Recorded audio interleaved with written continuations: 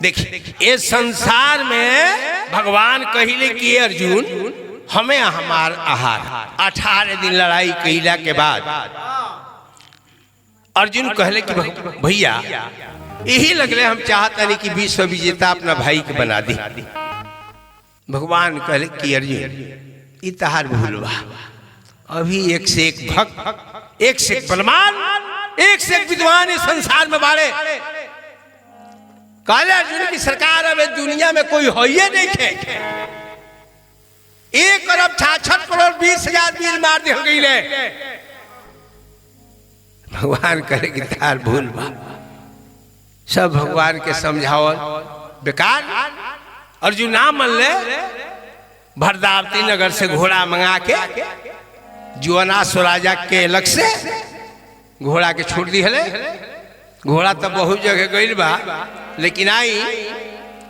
घोड़ावा घूमल बाटे देशवा विदेश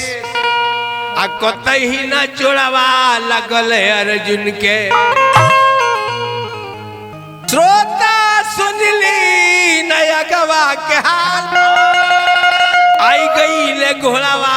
रे झील छपरा में। अरे राजा मोर ध्वज के सिवान छोट ही राजवा रहे डोरी गजवा। अरे श्रोता सुनली ना हवा के हाल एक ही लालन ईश्वर राजा जी के देले रहले। जे कर ताम्र ध्वज रहे ना खेलत ललनवा रहले फुलवारी। तब तक घोड़ावा पर गईले निगाह रसिया पकड़ के आम गोछिया में बनले बा। ए भैया 10,000 सेना अर्जुन के संगे घोड़ा बांधल जब देखले कहले हुआ घोड़ा काहे पकड़ रहा। कहले ताम्र जो कि हमरा राज से घोड़ा निकल जाई तो हमनी के कर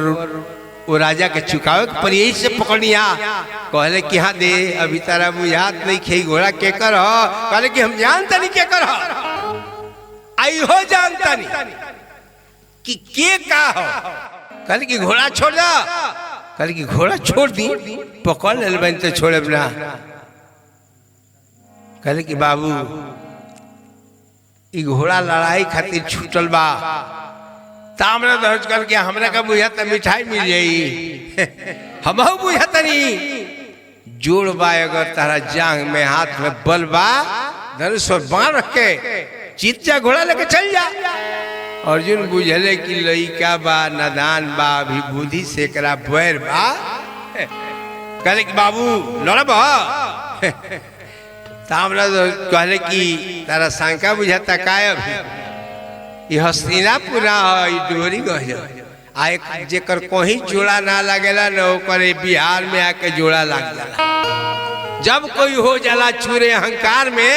तो ओकर गुमान टूटे आके बिहार में। त्रेता में राम जी के घोड़ा छोड़ाइल घूमत घूमत वाल्मीकि आश्रम आइल घोड़ा पकड़िले वाल्मीकि वन मजार में आ उनको गुमान टूटला के बिहार में। द्वापर में अर्जुन के छूटल बाटे घोड़ा चारों ओर घूमल कतही लागल नहीं चोड़ा घोड़ा पकड़ा गई डोरी गई बाजार में। उतने नहीं अब कहे के नहीं 90 में रोज छोड़े लाल कृष्ण अडवाणी हिल गई दुनिया हिलल रजदा। उनको के लालू गिरफ्तार करके कहले कि चलो नहीं मैं तले रह बिहार हटे कहीं जेकर चूना रह लगेला भाई ओकर ना। अब देखिए कहले कि तुहार का मजाल बा कि नैनवा मिला तुहार का मजाल के नैनवा तुहार का मजाल बा कि नैनवा मिला तुहार का मजाल के नैनवा। आर पांच भाई पंडा कन्हैया के बुलावो तुहार का मजाल बा कि नैनवा मिलावो।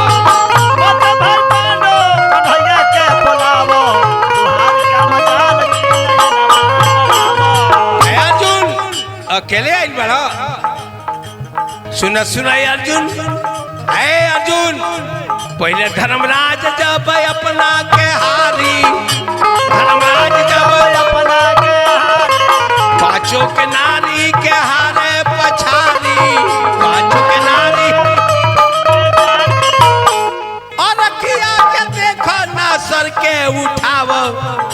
का मजाल बाकी ने नवा मिलाव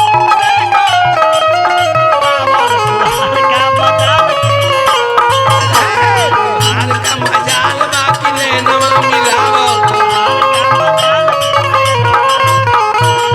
न सुनाई अर्जुन अपना करनी पर आव न सुनाई अर्जुन अपना न रहो के नारी के टहल तू बजाव न रहो के नारी के टहल तू बजाव उहे अर्जुन हुआ राजा विराट के यहाँ जाके हिंजड़ा बन के आ लड़किन के गान विद्या सिखावत रहल तू कहिया से वीर हो गइला हो अरे टोरी को जहावे के अरे शान मत देखावा तुहार का मजाल बाकी ने नवा मिलावा अर्जुन कहले कि बाबू लड़े के विचार हो गइल बा जा पूरा अपन सेना बुला के लिए अभी हने लड़ लिया जीते है घोड़ा लेके चल लिया कहले कि घोड़ा तो ना दे पकड़ ले बनी लड़ाई होई जीजे घोड़ा लेके चल जाइए कहले कि ठीक बा बाबू ले जा घोड़ा वही अर्जुन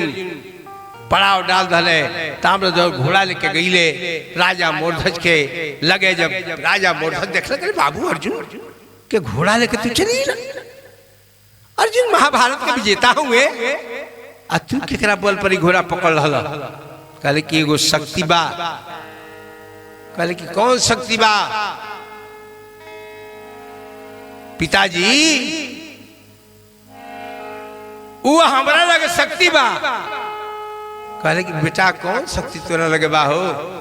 कहले कि जे माई बाप के सेवा करेला दुनिया में कोई हरावेला पैदा नहीं के भई आए मेरा माइये बाप लतिया हो जाता रहे कहले ताम्रध्वज की पिताजी हमरा पूरा विश्वास बा कि जे महतारी बाप के सेवा करेला ओकरा के हरावे वाले दुनिया में कोई पैदा नहीं के भई कहले राजा की बाबू तोहार जीत हुई विजयी होखबा उ एगो माई बाप कैसा रहा ये मेरा जाई ना लड़का के जब सर्विस हो जाता परिवार लेके चल जाता बूढ़ पुरनिया महतारी बाप आँख से लोर गिरावता रहे कहता रहे ये बाबू का कर बाबू सगरी अरे रुपया कमा के बाछी छुआवल जाता भेंट को लया तो भैया ले जाकर अस्तबल में घोड़ा के बांधले सवेर भैया स्नान कैले महतारी के नाम कुमदावती रहे कृष्णा जी राजा मूर्धज के पूर्व जन्म महतारी के नाम कुमदावती रहे 5 बहिन रहली 5 बहिन विष्णु दत्त राजा के बेटी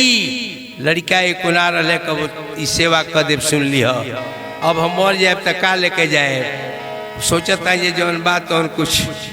दे दी लोग के ए भैया देखिए माई के लगे कहले चरण छुअले कहले कि आज भवानी माँ हमारा अर्जुन से टकराही के बाद आ कितना तुम भुजा में बाटे से हो आज दिखाई के बाद अभिमानी के अभिमान बनल से करो आज छुड़ाही के बाद आ कितना शक्ति बा भक्ति में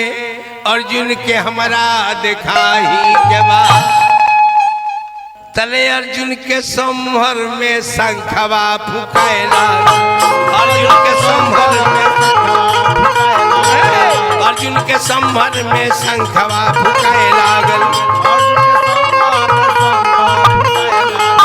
अर्जुन के संभर में शंखवा फुकाए लागल सुनी सुनी महारथी के मन घबराएला सुनी सुनी महारथी के मन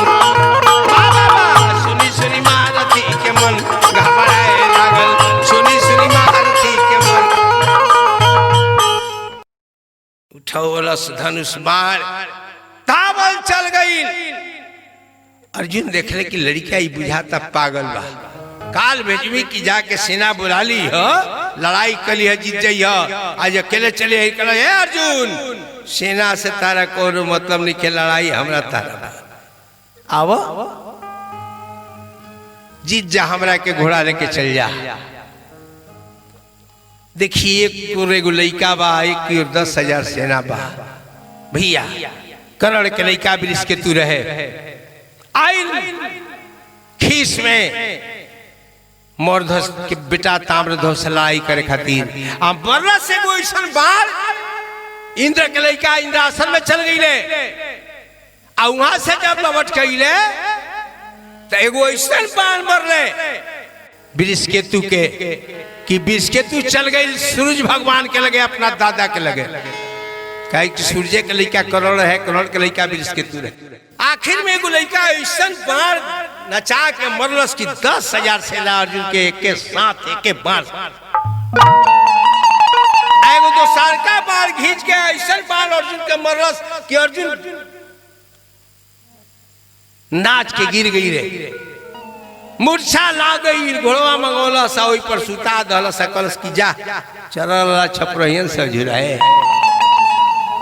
घोड़ा लेके जब हस्तिनापुर में गई,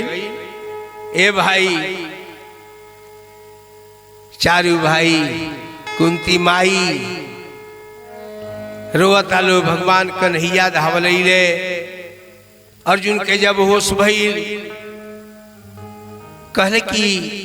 भगवान कहले अर्जुन काहे लौट के चली रहा, विश्व विजेता बनल गई रहा। अर्जुन कहले कि सरकार अरे ये है करे के जब रौरा रहे, कहना दिहनी मरवाए, कहना अरे दिहनी मरवाए, एक ही लइकवा से हरा दिहनी, अन्नमवा दिहनी डुबाए। भगवान कहले कि एगो लइका, कौन लइका अर्जुन? आता है राजा मोरध्वज के बेटा ताम्रध्वज। भगवान कहले कि अर्जुन अरे राजा मोरध्वज तो हमार भक्त हुए,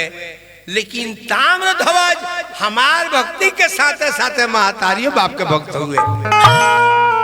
अर्जुन कहले कि जब यह रुला करे के रहे तो महाभारत में हमरा के खत्म करा दे रहती कि एगो लइका से हरवा के नाम हमार डुबा दे। कहले भगवान को लइका के लइका मन समझो, तारा से बेसी भक्त हमार राजा मोरध्वज। आ लइका के तो जवाबे नहीं खे कि माता पिता के भक्ति करते हुए हमार भक्ति करना। तब अर्जुन कहले कि सरकार कैसन बारे भक्त तोहार कन्हैया जी, कैसन बारे भक्त तोहार, तनी हमरा के चल के दिखाई, काहे कि हमरा से बेसी के भक्त नहीं खे, काहे कि हमरा भक्ति के बस में पर करुआ कुरुक्षेत्र मैदान में रथ हकनी सारथी बन के। भगवान कहले कि अर्जुन कहल मानो, अरे तारा से भक्ति राजा कहले कि ना ना। जब अर्जुन ना मान ले ताई समय कृष्ण जी उतार दिले साज के, आ बाघ बनवले बुला के जमराज के।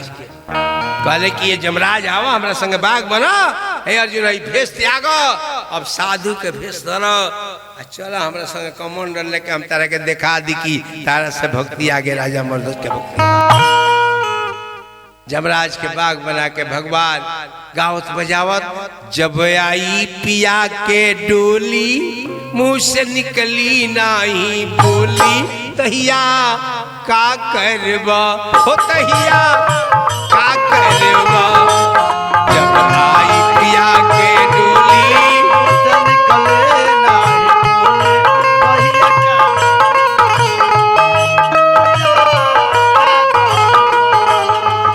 भाई भतीजा सब छुट जाई है,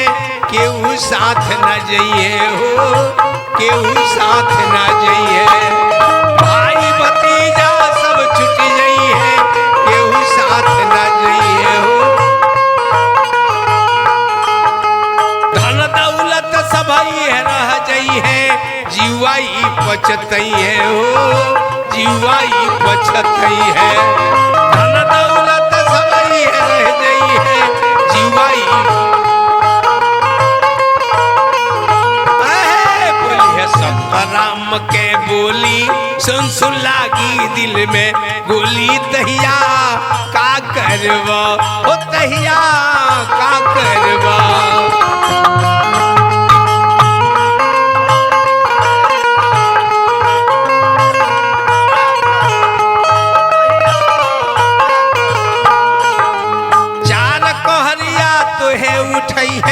मरघट में पहुँचई है हो मरघट में पहुँचई है चार कहरिया तो है उठई है मरघट में पहुँचई है पाँच जना बच भामर करी है मुँह में आग धरई है हो मुँह में आग धरई है पाँच जना बच भामर करी है मुँह में आग धरई है पियवा घूंटा खोली मुँह से निकली नहीं बोली तहिया का करवा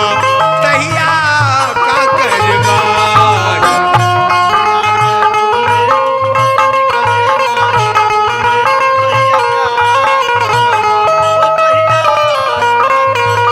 पियवा घूंटा खोली मुँह से निकली नहीं बोली तहिया का करवा तहिया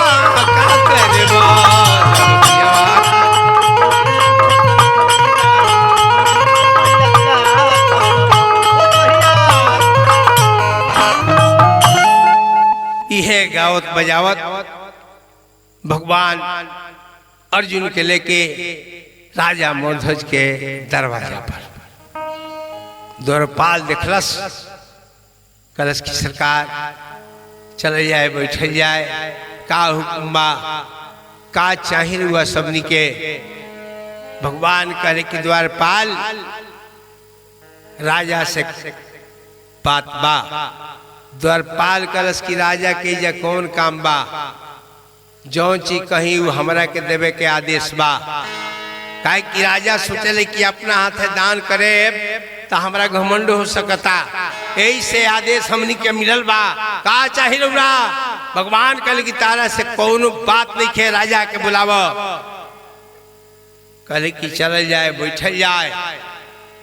हम रजे के बुलाव तनी ए भैया ले जाके साधु लोग के बैठा दले द्वारपाल धावल गईले राजा के लगे कल की आज दो ज्ञान साधु आ गए हैं द्वार पर सरकार रुआ इंतजार में बैठल बे चली राजा सुन ले धौले वहां से मेहरबानी तेरी हो गई नादानी मेरी हो गई प्रभु जी देरी हो गई डगर डगर भटका करके सारी उम्र गंवा करके आया शरण में तेरी मगर देरी हो गई प्रभु जी देरी हो गई आपका दर्शन मिले बस और मुझे क्या चाहिए क्या हुक्म इस दास पर आप जरा फरमाइए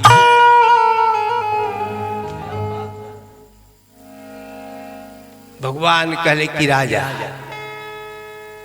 जोन मांगे दे देबा ना राजा कहले कि हम पहले ही रुआ कहनिया कि जौन आदेश होई वो हम पूरा करे भगवान कहले कि सुना आते हुए रास्ते में बाघ ये हमको मिला मार डालूं तेरे सूद को धमकियां देने लगा मैंने समझाया तो बोला गौर से सुन लीजिए अब मोर ध्वज के सूद का दाहिना अंग मुझको दीजिए हई छेलवा पर हमरा ई बागवा झपटला हम रोकनिया तो कहलस कि माने कब कि राजा मौध्वज के पुत्र ताम्रध्वज के दोहिना ओला खाए के मिली तो पहले राजा हमारा बघवा के खियावे के परी पहले राजा हमारा बघवा के खियावे के परी पहले राजा हमारा बघवा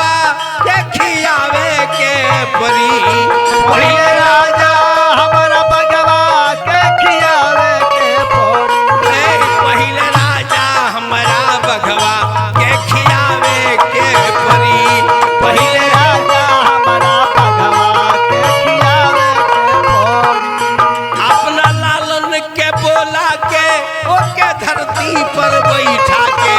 अपना लालन के बोला के चिर के अपना बेटा के ओकर मासावा पाका के आकर मासावा राजा रानी के अरवा चलावे के परी राजा रानी के अरवा चलावे राजा रानी के अरवा चलावे के परी राजा रानी के अरवा चलावे के परी। राजा बेटा के अपना बुलावो राजा रानी लड़का के चीर द चीरत में तीनों प्राणी के आंख में से को बूंदा आंसू गिरी हमार बाग मांस ना खाई यही खातिर तारा यहाँ हम पहुंचल बनी। बोले राजा जरा सा ठहर जाइए अपने आसन पर आराम फरमाइए शारिखी सारनी को सुनाता हूँ मैं पुत्र को साथ लेकर के आता हूँ मैं। बैठल जाए सरकार जरूर हमने बाघ के मांस खियाए इनमें आधा हक बाप के बा लेकिन आधा हक को माई के बा जो माइयो बेटा के पूछने पर भगवान कहे कि राजा जो वादा किया वो निभाना पड़ेगा निभाना पड़ेगा जो वादा किया वो निभाना पड़ेगा निभाना पड़ेगा। रोके सिपाही चाहे रोके जमाना पुत्रे लाना पड़ेगा लाना पड़ेगा। रोके सिपाही चाहे रोके जमाना पुत्रे लाना पड़ेगा लाना जो वादा किया वो निभाना पड़ेगा निभाना पड़ेगा जो वादा किया निभाना पड़ेगा जो वादा किया वो निभाना पड़ेगा निभाना पड़ेगा जो वादा किया वो निभाना पड़ेगा।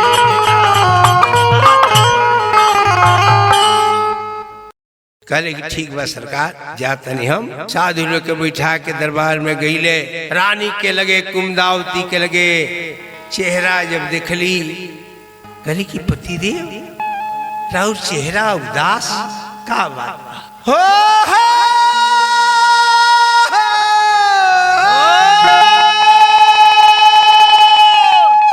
आरे सुनता बचनिया राजा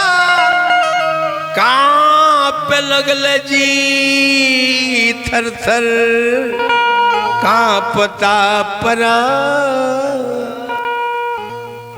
बिजली मारेला जैसे सुख गईल जी ही का कहीं भागवा भोल हम खाई जैती माहुर जी छुटी जैतन प्राण ओइसन दिनवा नहीं देखे परित जी ऐसन दिनवा नहीं देखे परित जी का कई निभागवा। रानी कही कि स्वामी बात आखिर का बात कल की रानी आज दो अज्ञान साधु आ गए हैं द्वार पर साथ में एगो बाघ ले बलो अपने पुत्र ताम्र ध्वज को मांगते हैं चीर कर। इस रानी हम उदास बनी कही तू ना मत कही दो। रानी कही कि स्वामी पतिव्रता औरत वह बोले ले ये पति के वचन के पालन करे। तो जब रउरा उस साधु ने के वचन दे दल बनी आज वचन और खाली चढ़ी तब पगड़िया हमारा बालम के डूबी। हमने पुत्र के ले चल के चीर के बाह के खिया दे जाई स्वामी जे देहले बाऊ आज ले लेता आज ले लेता है फेंदी हमनी के कहे कि मारे ले है अरे बचावे ले है समस्या सबू के असुलझावे ले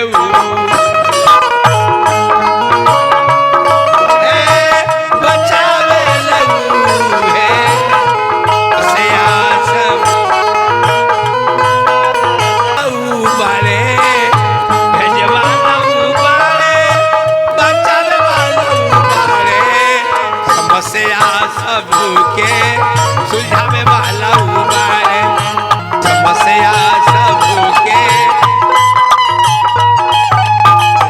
भिलनी के कहले माई तरले यही लिया जाई। भिलनी के चले मेवा मिष्ठाई पितुर घर सा